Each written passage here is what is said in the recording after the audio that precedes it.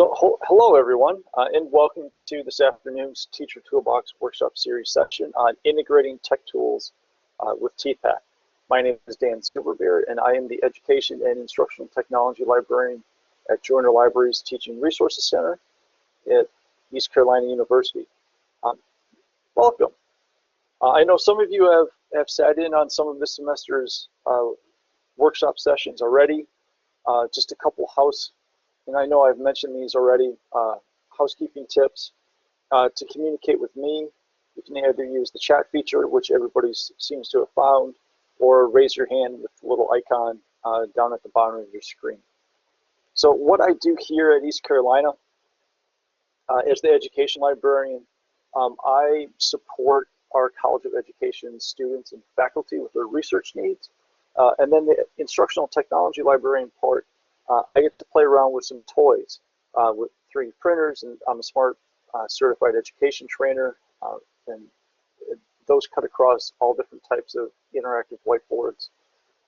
So even bigger picture than that, I need to be familiar with a few different frameworks on how to help our pre-service teachers and then also our in-service teachers like you on how to help you integrate technology into the classroom.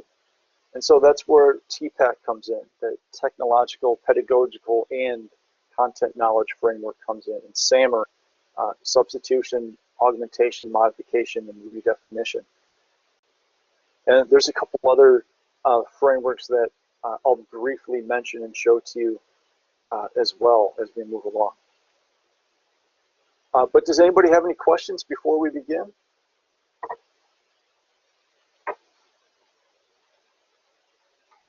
So I'll get started with, as usual, today's takeaways.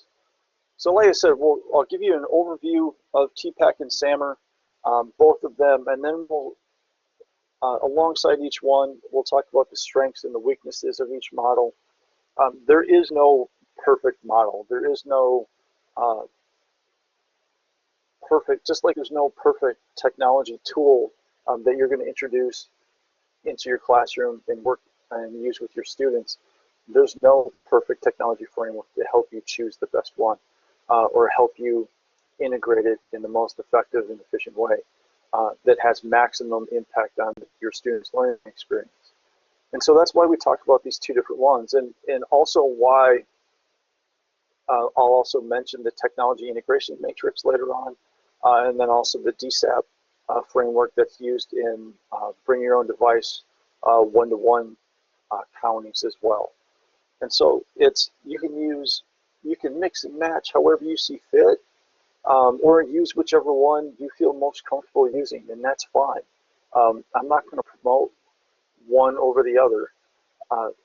You might catch in my voice which ones I prefer, but that's just personal choice, and it may not be the best fit for you. Only you can decide that, and I can help you choose which one would be best for you as towards the end of the session.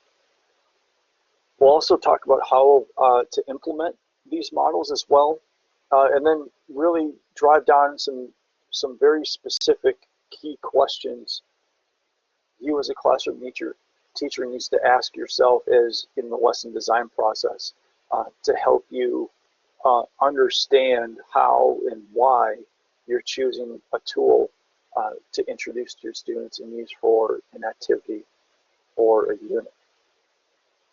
So as you know, if you've sat in with any of my other sessions this semester, throughout the session I usually highlight throughout the session what is aligned to the North Carolina digital learning competencies. I didn't do that this time around just because pretty much everything we talk about with the digital learning competencies today is going to be the digital content and instruction strand in that first element, design technology enriched learning experiences that encourage all students to pursue their individual interests, preferences, and differences. And then of course the 2 lines down, identify, evaluate, and utilize appropriate digital tools. And so I don't talk about and name a lot of specific tools. I leave that up to you, but I give you the basic framework, or by the end of this session today, I'll give you the basic framework that you can use with the tools that are specific to your context. And by context, I mean the discipline or the content you're teaching, but then also your school context as well, because all of those things are important. So if there's no questions, as we get started, I will hide myself and return to you near the end. So, have any of you heard of or the TPACK framework, or seen that graphic, that Venn diagram on the left-hand side of your screen?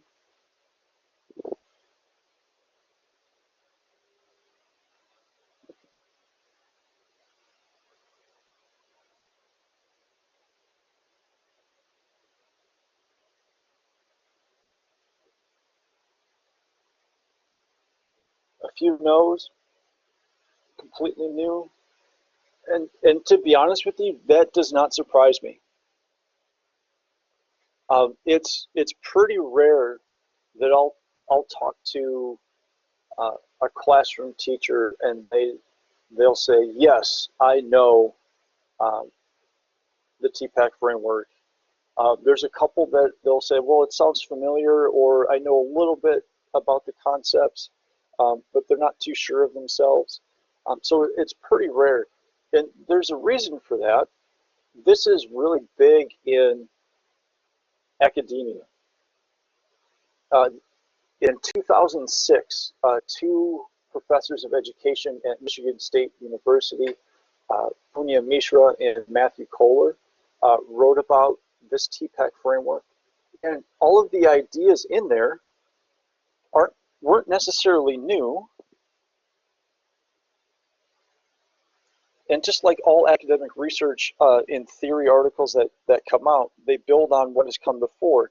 They just packaged all of these different components in a new way and dubbed it the TPACK framework. And since 2006, 2007, when it was first published, it's really gained a lot of favor with professors of education. And when I see academia, I don't mean academics in general or college faculty using it in their teaching. It's really specifically professors of education. And you can even narrow that down even more to professors of instructional technology and helping pre-service teachers develop their TPACK or their ability to effectively or choose appropriate technological tools and effectively integrate them into the lessons that they design.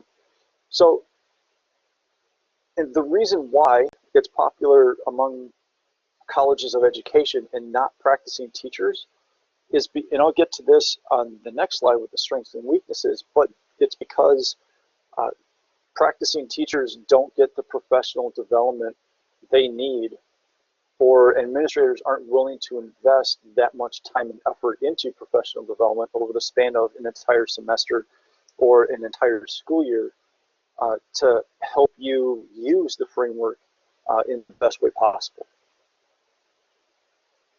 So as you can see on your screen, there's three different components to TPACK. There's the technological knowledge, the TK, the content knowledge, pedagogical knowledge. And what that Venn diagram shows is just in what you already know as an educator, that technology, content, and pedagogy all interact with each other in the design process, in lesson planning, and trying to figure out what and craft meaningful learning experiences for our students. But all of these need to align to increase student motivation, increase student engagement, but also increase student accessibility to the content. And so when I mean content, I mean discipline, the specific standards you're teaching. And that content, that context is going to be different from between science educators and math educators, although there's some overlap, and social science teachers, and so on and so forth. And you need to use the TPACK framework in different ways in the lesson planning process and the reflection on your lessons for each specific discipline. So you can tell that TPACK was developed by educators because they use terms that we as educators are familiar with. Pedagogy, how the content is presented to students, the activities you use and choose, the technology based on accessibility and must align to and support the pedagogy. So that interplay between technology and pedagogy is focused on knowledge access. That interplay between technology and content, things need to align there. And then in what we're most familiar with as educators is using appropriate learning strategies and learning activities that are appropriate and aligned to the content. But before I move on to the next slide, I do want to point out to you that ugly little brown color, or forest green maybe? I've never come up with a good shade for that. But where everything aligns, that's the technological pedagogical content knowledge, or TPACK. Think of that as the sweet spot. It's the ideal we want to shoot for as educators, where the technology is aligned with the content is aligned with the pedagogy, and the pedagogy is aligned with the technology. And that's really when the magic happens. The students are engaged. There's a seamless transition from technology to learn the technology first, but then also use it effectively and efficiently as educators, and then also seeing the same thing out of our students.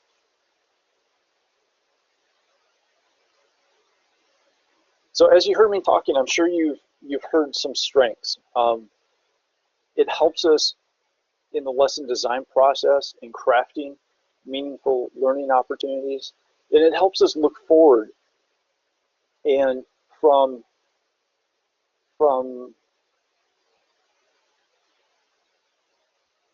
in trying to envision how we see our students engaging with the content, engaging with each other, engaging with the teacher in a particular lesson or in a particular unit where the technology is used throughout.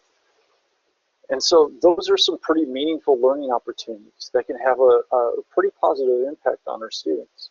And so those, by forcing you to critically think about all of these different things, it can be a pretty powerful tool to use in the lesson design process. It can also be used in reflection. And again, you get pretty specific looking at that interplay between pedagogy and content, content and technology, technology and pedagogy. And so if you can get a pretty detailed reflection going in analyzing what went well, what went wrong, was this really the most appropriate tool to use for this particular lesson, and so on and so forth. And then also, probably one of the most important things is that it's been validated in a different context. And so educators have looked at and analyzed, all right, can TPACK work in the lesson design process in biology classes, and then also in the reflection process as well. And they've been able to validate these results through empirical studies, whether most of them are quantitative analysis, but also qualitative analysis as well, where yes, it does have an impact on helping teachers align the content, pedagogy, and technology. So those are some of the strengths. And so the weaknesses, it does tend to be teacher-centered, just for that reason of all of the empirical evidence that we have on TPACK. It's all focused on teachers' ability to align content, pedagogy, and technology, and specifically the technology part. And so how are teachers doing this? How well are they doing it? What's your TPACK score? They've broken it down to different metrics in a quantitative number. But, and this is the reason why I put a question mark by it, but if you look at the overarching goal, teachers are using this tool, this method, to help them in the lesson design process because they want to create meaningful learning activities for their students and engage them in different ways with technology and help their students use technology as a tool to create something rather than just a novelty that's there and it's fun to play with, or as a game, or as something else. The nicest, newest, brightest, shiniest thing on the market for the day. So it helps teachers get students past that novelty phase and see technology as what it is. It's a tool to get something accomplished, whether it's a project or solving a problem and so on and so forth. So the students, when done right, the students are at the center. So I think you can make an argument either way. So it does get pretty complex because the context is different for each discipline, like I mentioned on the previous slide. So if you're a pre-K through 5 teacher and you're teaching science, reading, math, and history throughout the day, and that changes up throughout the week as well, your analysis of your lesson in reflection is going to be different for each content area. It has to be. And so that can be pretty overwhelming for the elementary school teachers. And that's another reason why TPACK hasn't been too popular in the K-12 circle. It also takes time to implement. So like I said,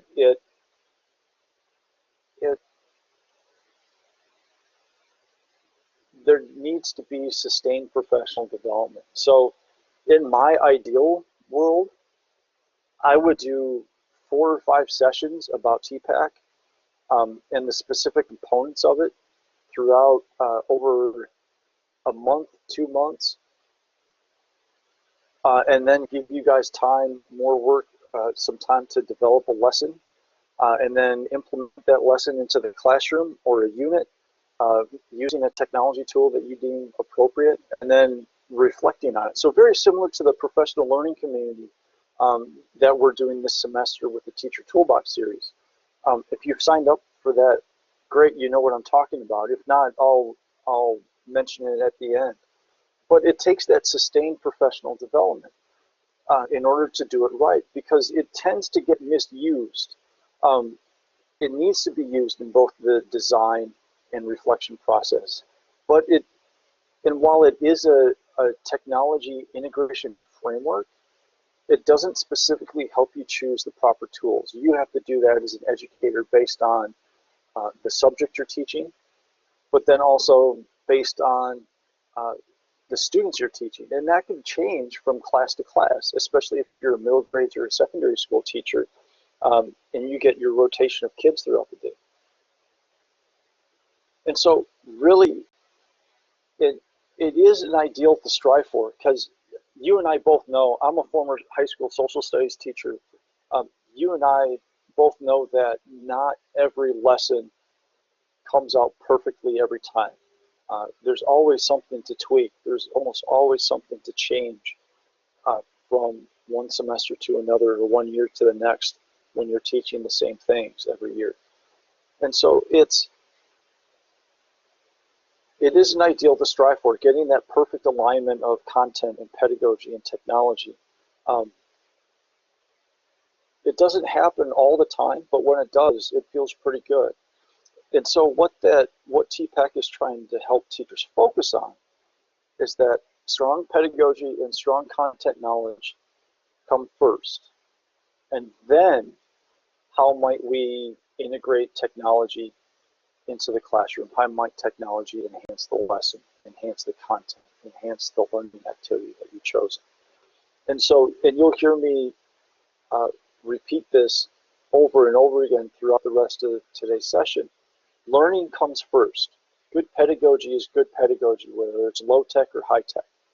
But learning comes first, and then modern comes second.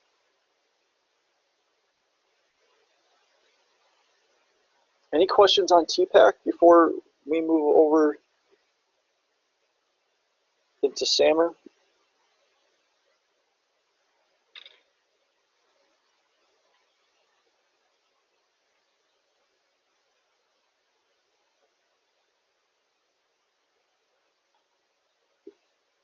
So SAMR, as I mentioned at the beginning of today's session, stands for substitution, augmentation, modification, redefinition.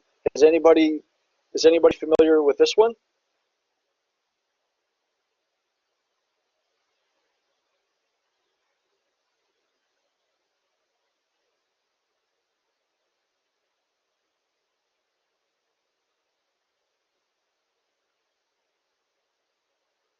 A couple yeses this time around, or at least heard the term before.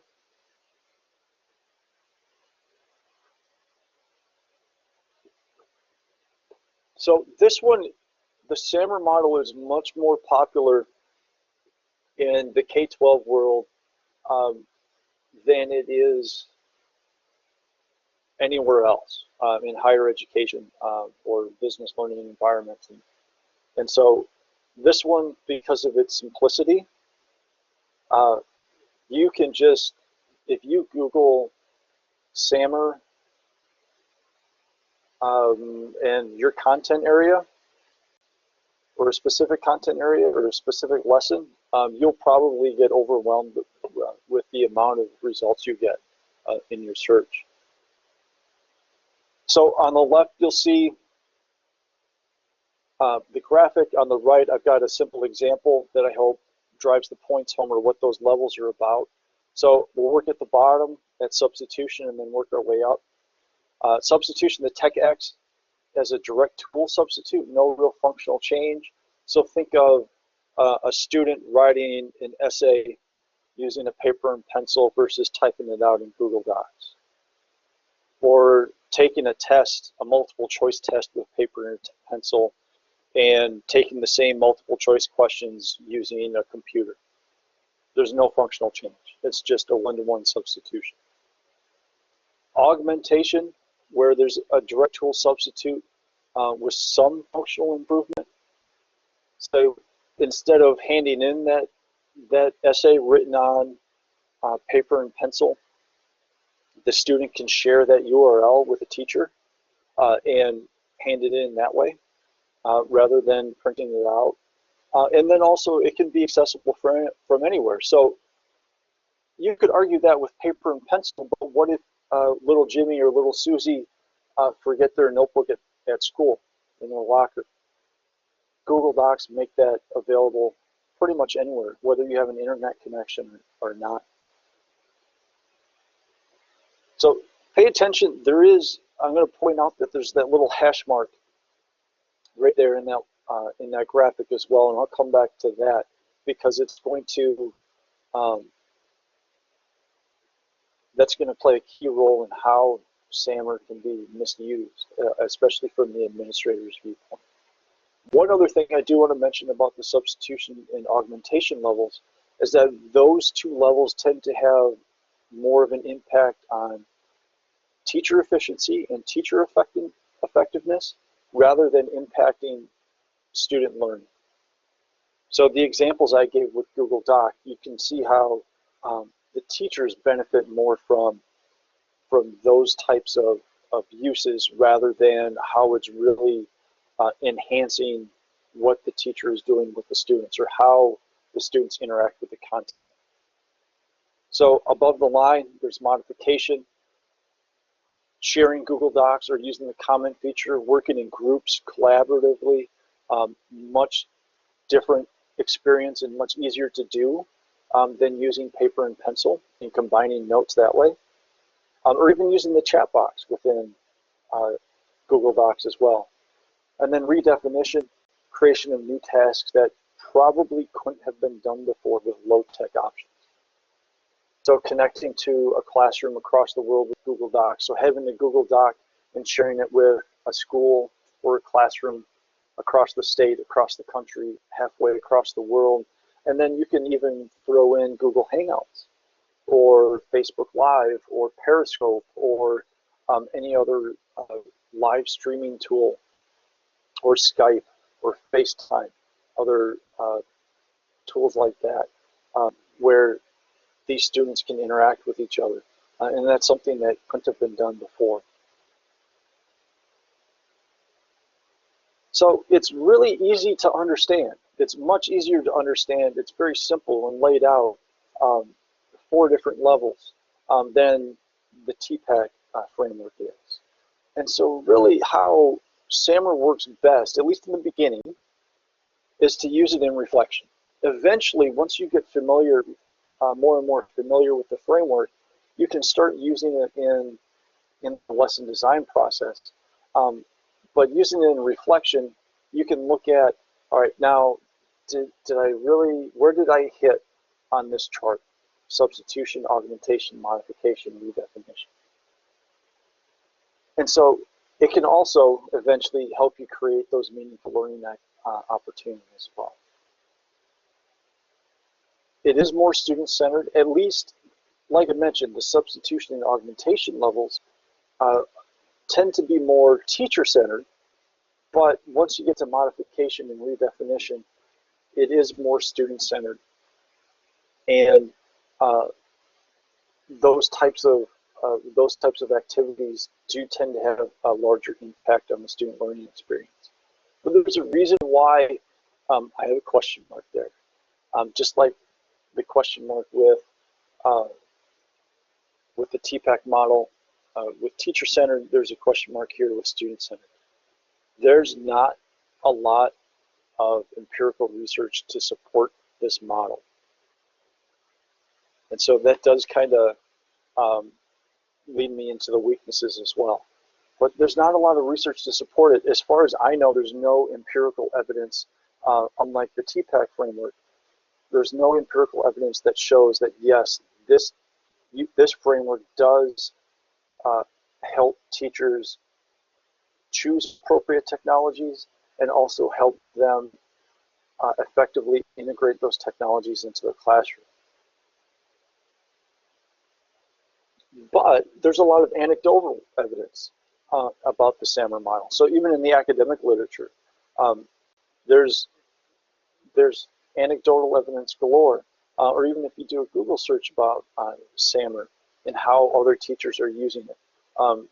Like this graphic on this page, this has been done and remixed and revamped in so many different ways that teachers around the country just love it.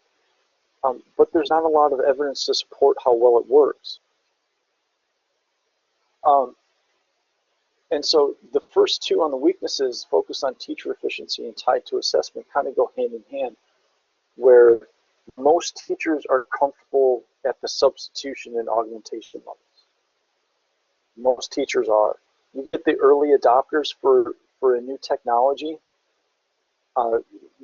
they'll get up to the modification and redefinition levels pretty quickly. But the majority of us, myself included in many cases, stick with the substitutions, use what we're comfortable with, and stick with the substitution and modification level, or I'm sorry, augmentation. But unfortunately, because of that, we start to see administrators tying and using the SAMR model as a part of teacher assessment and teacher evaluations, where this is where that hash mark line comes in, where they ask, are you teaching above the line? Did you teach above the line today? And that's really a misappropriation of the meaning of that line, for one, but also it shouldn't be used as an evaluation tool. It's just used, it should only be used informally as a benchmark that teachers set for themselves. I've mentioned that it does take a little bit of time of getting used to before you start using it in the lesson design process. There's also some air of uncertainty around Dr. Ruben Fuentedura. He's the creator of the SAMR framework. He has a PhD in chemistry and doesn't, at least to my knowledge, doesn't have any experience in K-12 education. He came up with the SAMR model when he was the lab director, chemistry lab director at a couple institutions of higher education here in the United States. And after he developed the model and it started to catch on, he dropped his day job and started his own consulting company. And there hasn't been any empirical evidence on the effectiveness of this model in helping teachers choose appropriate technologies or integrating technologies into the classroom. And Dr. Puentedura hasn't done any, at least to my knowledge, hasn't done any of that research, any research like that. He's kind of just it caught on because it's easy to implement, it's easy to understand, and he's still riding the wave of popularity. Not that there's anything wrong about that. I'm just saying that validation and reliability in its use would be much more beneficial. There's also another model out there called RAT, and I've never met Dr. Hughes, but Joan Hughes' replacement amplification and transformation model is very similar to the SAMR model. They both came out about the same time. The difference between the two, and they're very similar in how they should be used. The RAT model is also very easy to understand, used in reflection, and can eventually, in the lesson design process, help create meaningful learning opportunities for your students. But the difference between the two is Joan Hughes' research has some validation measures. She's been able to show that, yes, it can help teachers choose appropriate technologies and integrate those technologies into the classroom in an efficient manner, an effective manner as well. So, any questions on SAMR before I move on? Am I right in believing that SAMR is a little bit easier to understand than TPACK?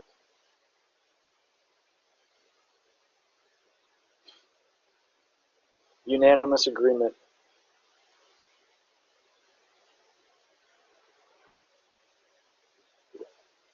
I mean, and I don't blame educators one bit for preferring SAMR over TPACK. And as a former high school teacher, and then even being an educator of a different sort as a librarian, I'm all for new things as long as it's not going to take a lot of time to use or to understand and implement it into my day-to-day workflow. And SAMR does that.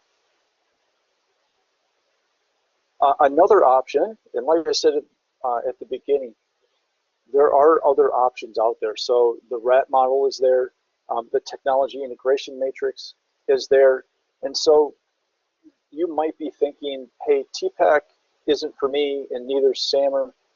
So there are a couple other options. Here's the matrix.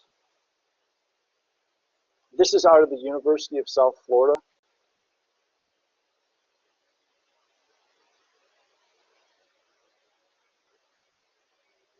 Let me copy and paste this URL and kick it out to you in the chat box, so you have it. So here's the matrix, and this is fairly easy to understand too. And it's validated, it's reliable, it's proven to be effective in helping educators integrate technology into the classroom. Along the left-hand side of the matrix, you've got the type of learning activities. It's just kind of a big picture, whether it's active learning or collaborative learning, or if you're including some constructivism elements into your lesson, or authentic assessment. It'll give you some ideas on how to meet those with technology. So then at the top, you've got, all right, how are you integrating this technology into the classroom? Is it entry level, where you as the educator are using the piece of technology to deliver content to students, and then all the way to adoption, the conventional and procedural use of using the technology, all the way to transformation, where you just let the kids run with it and they figure out how to best use it for their purposes. Also at the top of the screen, under Matrix, the drop-down box, you can look at the subject area index or the grade level index. So I'll click on the grade level and say, let's look at 3 through 5. Oh, I haven't looked at this one yet. Plotting decimals on a number line. And so it gives you kind of the bare bones of a lesson plan. So there's one objective. It's for math. It's at the adoption level. It even shows, and I'll zoom in a little bit, it shows where this falls on the technology integration matrix. The technology president, a little bit of a note. And then a video to go along with it to help you, if you find this interesting enough, to help you plan or model a lesson after. And then also on the right-hand side of the screen, you can kind of jump from different, if you're looking for a transformation model in active learning for language arts or math or science or the social sciences, you can jump around and you can lose yourself in the resources that they have here fairly quickly. There's also the DSAP model, which has also been validated by research.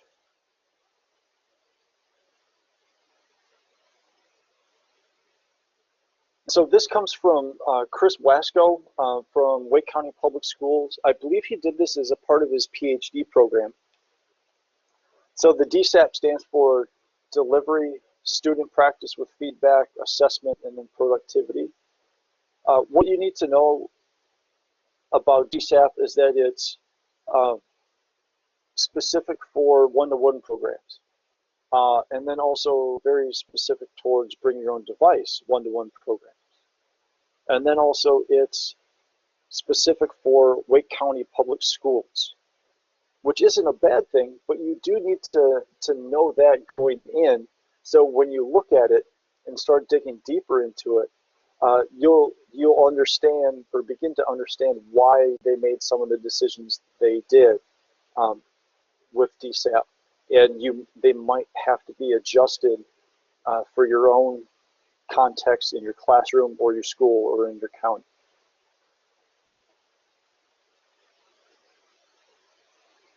Oh, I'm sorry.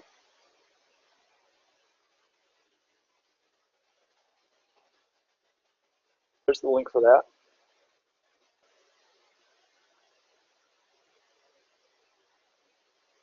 So all of these links are within the Google Slides that I had shared with you earlier as well.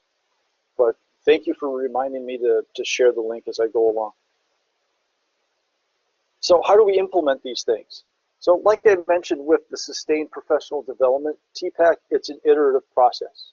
You need to have that introduction. You need to understand or accept the fact that, hey, a technology can enhance my students' learning experience and play a role in their academic success and giving them opportunities that they didn't have before. And so, but along with that acceptance, you need to know a little bit about the technology and up your technology knowledge. And so how do we do that? We do that through faculty modeling, observing our peers, talking to our peers about what technologies they use, whether it's in our department or professional learning community within our school or within our district or PLN on Twitter. And then we need to play around with that tool. We need to actively play with it, know at least a little bit about it. We don't need to necessarily be proficient. So I manage the 3D printing service here at Joyner Library, and I teach a workshop on Mesh Mixer, which is a tool used to repair damaged or faulty STL files before you start printing them with a 3D printer.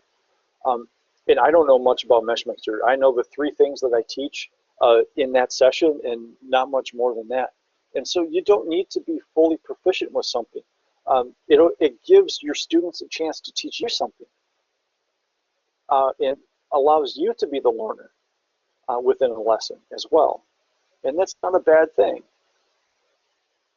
And in my experience as an educator, students actually appreciate that, where a teacher, at least I'll readily admit when I don't know something. But if one of my students can show me how or show me what to do, I'm all for it. It shows them that I'm just as willing to learn as they are. And then we start to look at, in the second phase, that interplay between technology and pedagogy, and technology and content. Going to observe a peer who uses a tool that we're interested in a lesson, and showing a subject-based example of how that tool can be used in the classroom. And then designing a project or designing a lesson or a unit, and then teaching it and then reflecting on it. So you can see how it is an iterative process, and it can take a long time, a semester to a year, before you can really sit back, relax, and start reflecting on how well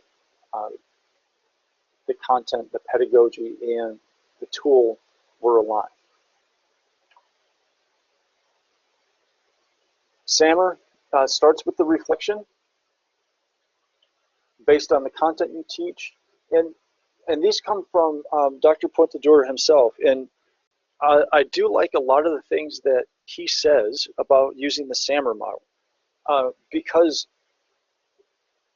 he even admits that it gets misused all the time, and that teachers don't need to teach above the line. Be comfortable with the tools that you're already comfortable using, whether it's an interactive whiteboard. Be the best stinking interactive whiteboard teacher in the history of teaching. That's fine. Or Google Docs, that's fine. But once you become so comfortable with the tool, be open to the possibility that other tools outside of what you're comfortable with can enhance your students' learning experience and help you modify and redefine some of the lessons that you're doing, instead of using the same thing over and over and over again. And then also goes hand in hand with the reflection, there's that continual re-examination of practice, which is always healthy for educators.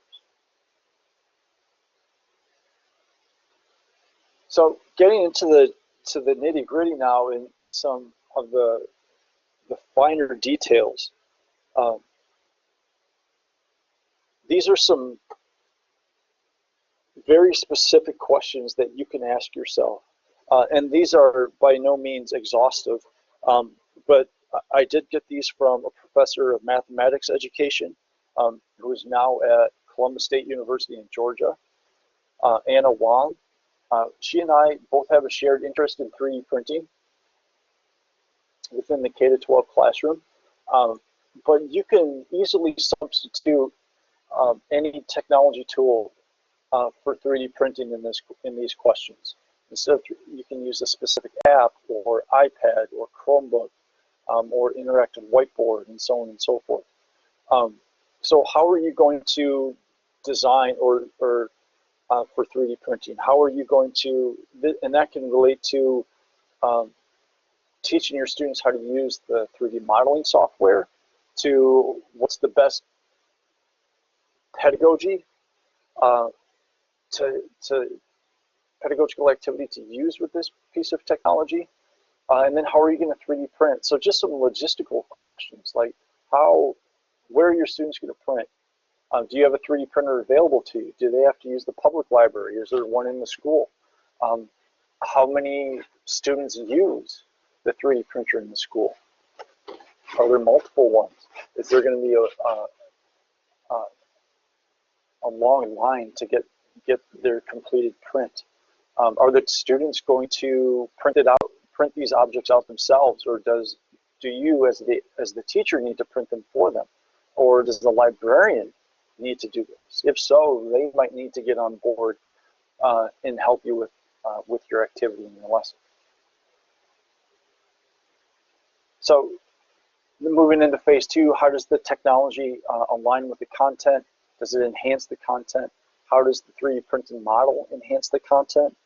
One example that I always give is when I was a high school social studies teacher, specifically world history, I would have loved to have had a 3D printer available to me when I was in the classroom, and print out Greek or Roman art and architecture, or a medieval castle so my students could see it. It's one thing showing an image, a 2D image of a 3D object through a 2D medium up on a screen on the wall than it is saying, if I'm able to print off a scale model of the Greek goddess Nike and pass that around to my students so they can look at it, look at all the nooks and crannies in the marble, and look at the supports that were added onto the wings so they wouldn't fall off. That brings a whole new perspective in a different learning experience for students, rather than, like I said, looking at a 2D image of a 3D object through a 2D medium. There's just too many filters there, and they don't get the full experience. And then how the technology aligns with the pedagogy. How does this tool complement your students' knowledge of technology? Will they be able to use, easily pick up on a beginner level 3D modeling software like Tinkercad? Or will it be, do they need something a little bit more advanced, like 1-2-3D design? Or can they use the advanced stuff, open source like Blender or OpenSCAD, and things like that? Are they going to be able to learn how to quickly operate the 3D printer? Will they be able to understand how the slicer works and how it slices the model into horizontal cross sections? So how much, and that might even be different for middle grades and secondary ed teachers across the different classes that you teach. So what's your management plan for students using 3D printing? Is everybody even get done at the same time? Is this project due on a specific date? If so, what are you going to do when you have 24, 25 kids in your room who have a model that they've created and they want to print it out now? What are you going to say to are you going to draw straws to see who prints first and then who prints last? How are you going to manage that? Do you need to teach the software or the app or the hardware in one class period, or does it need to be incremental in iterative process itself and be taught over a number of different classes? Is it going to span a 2-week unit or span the entire semester or somewhere in between? And then everything coming together. And this is kind of the ideal they're talking about, especially that first question. How do you structure the activities in a way that students learn how to use the technology as they go along? They can kind of teach themselves, and you can just be that guide. Is the technology easy enough that they can pick it up and figure it out on their own, while at the same time enhancing how they engage and interact with the content and with their peers or with you as the teacher? And that's kind of the ideal that TPACK is trying to get educators to strive for.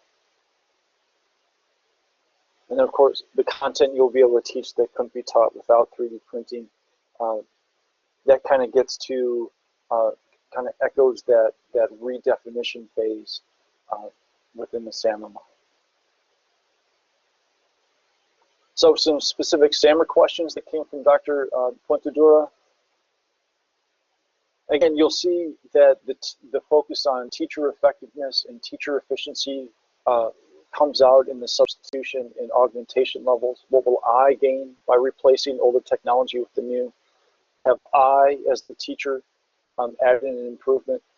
And you'll also notice that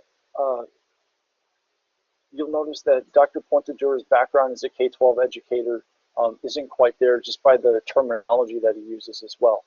The task process, he states instead of the learning activity, or contribute to my design, should probably be read as my lesson plan or activity.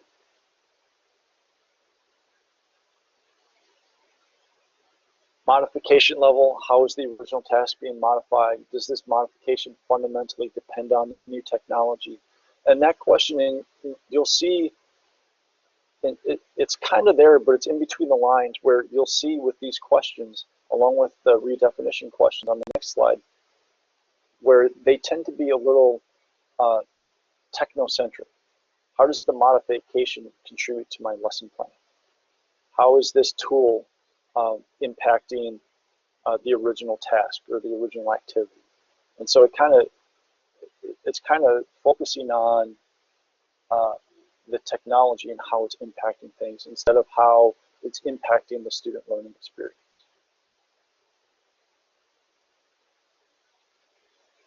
What's the new task or activity? Any of the original tasks being retained? How does this contribute to my lesson?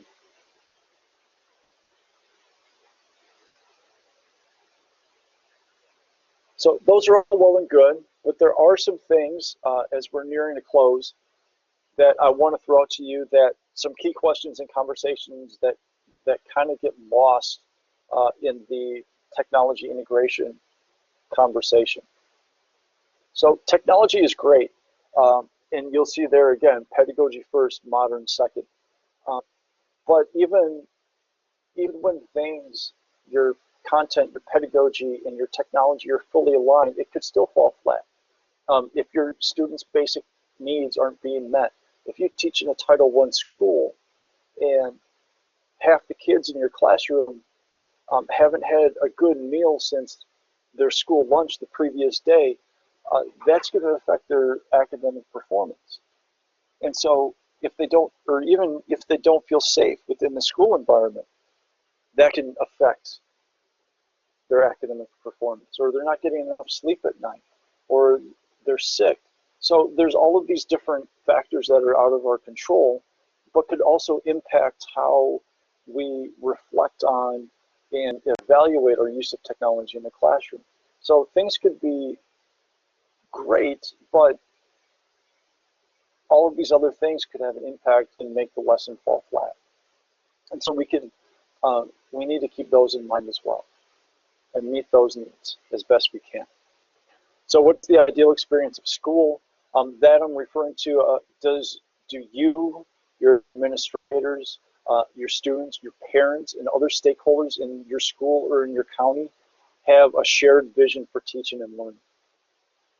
If you don't have a shared vision for teaching and learning, and a shared vision of how you as teachers use technology in the classroom, or a shared vision of how your students should use technology in the classroom, a lot of technology integration initiatives can fall flat if that alignment of the vision of technology and its use in the classroom don't match up among all the different stakeholders. I also give you some food for thought with some one education journalist, which is Audrey Waters, and then a couple other commentators, some educators in their blogs. These are three that I follow, but they tend to ask questions that the news media and more traditional media outlets don't ask. Are we overselling ed tech? Are we, do we need to stop innovating in schools? Audrey Waters asks a lot of questions about data and privacy, and these technology companies that don't have any experience in K-12 education, and what they're after is just student data. That way they can sell that data to third parties, and they can use that in any number of different ways. So we need to look at some of those different perspectives and give us maybe a slightly more critical eye at the technology we're trying to integrate into our classrooms. These key questions and conversations, I'm running a little bit short on time, so I'll just kind of zip through them, and you can look at them in a little bit more detail afterwards with the Google Slides. These tend to come through the lens of administrators. My teachers aren't integrating technologies, and so to try to get teachers to jump on board and to buy in through the use of fear in evaluation and assessments. Teachers never show up to training, when instead the training can go to the teachers, and there's different models that they can use. Kids know how to use this stuff. Yeah, they know how to use technology, but as consumers, it's pretty rare that students will figure out how to create things without having a guide or somebody to model the appropriate use of these technologies in an academic environment. Again, teach above the line. So what are our next steps? Start small. Keep it simple. Identify a lesson or a unit or even just one activity that you were thinking about changing anyway, and use TPACK or SAMR or the Technology Integration Matrix or RAT to help you revamp that lesson in some way, shape, or form. Whether it's a one-to-one substitution or it's a tool that you're already familiar with and comfortable using, doesn't matter. I think as professionals, we're able to choose our next steps forward and just start small. Keep it simple. You don't have to go crazy with it. Always identify a colleague. Working with a peer or a colleague or a mentor is a great way to go through the process with somebody else. Identify somebody else who's thinking about doing the same thing, and work through it together. It doesn't even have to be the same subject. It can be, or even the same grade level. But it's still a shared experience when you're trying to integrate a new tool into your classroom that your students can use. And so create a log. Keep track of the decisions you make. Keep track of the questions you ask yourself and your answers to them. That when you reflect on your lesson, you can say, all right, this might be where we went wrong. And we can do, if we answer it this way, I think we'll have a better response from our students, and we'd have more success. It could provide opportunities to co-teach. And then that open communication with each other. As educators, I don't think we don't always do that often enough. And just spitball ideas and brainstorm and run different ideas. You'd be surprised at how a different perspective from the person whose classroom is right next door can have, even if they don't teach the same subject. Focus on the positive. Teachers, and I've mentioned this earlier, have a tendency to not want to fail when it happens anyway. Just learn from it. Figure out and just fail better next time. But focus on that positive. You're doing good things out there. Real quick, I also want to show you the teacher evaluation rubric. I know I'm running short on time, but so pretty much all of Standard 4 falls under this category, and you can align a lot of things in Standard 4. Teachers facilitate learning for their students, but also I do want to point out, and I'll zoom in here real quick, Standard or Element 3D.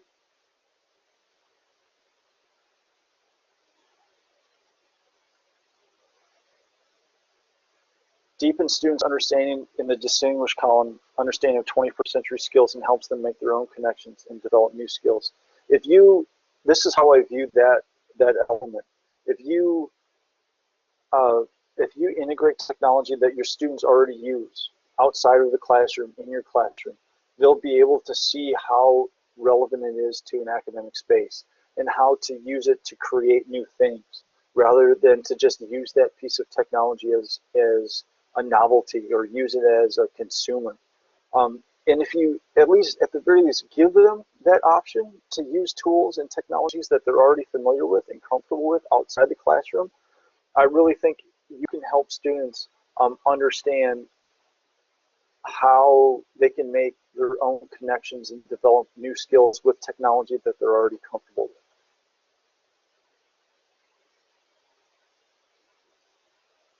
So today's takeaways, I think we've hit everything up, and I know I'm over time now. Before I forget, I do want to pass along to you the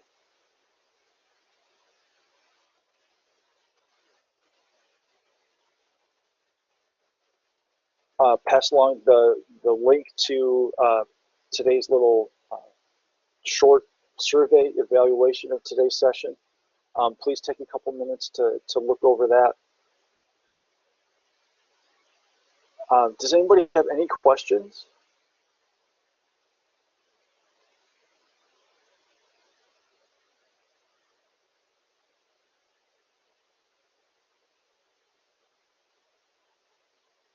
Yes, Debbie, that is the classroom teacher evaluation rubric, yes.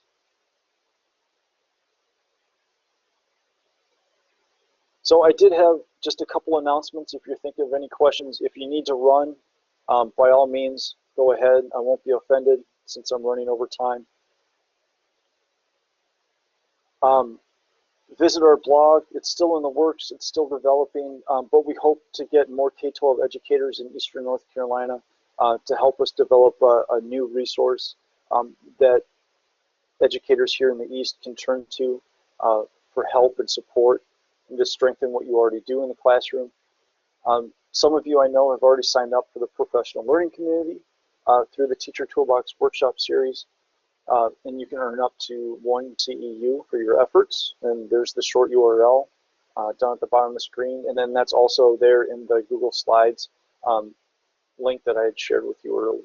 EdCamp ECU is coming up on April 8th. Some more opportunities for technology CEU credits.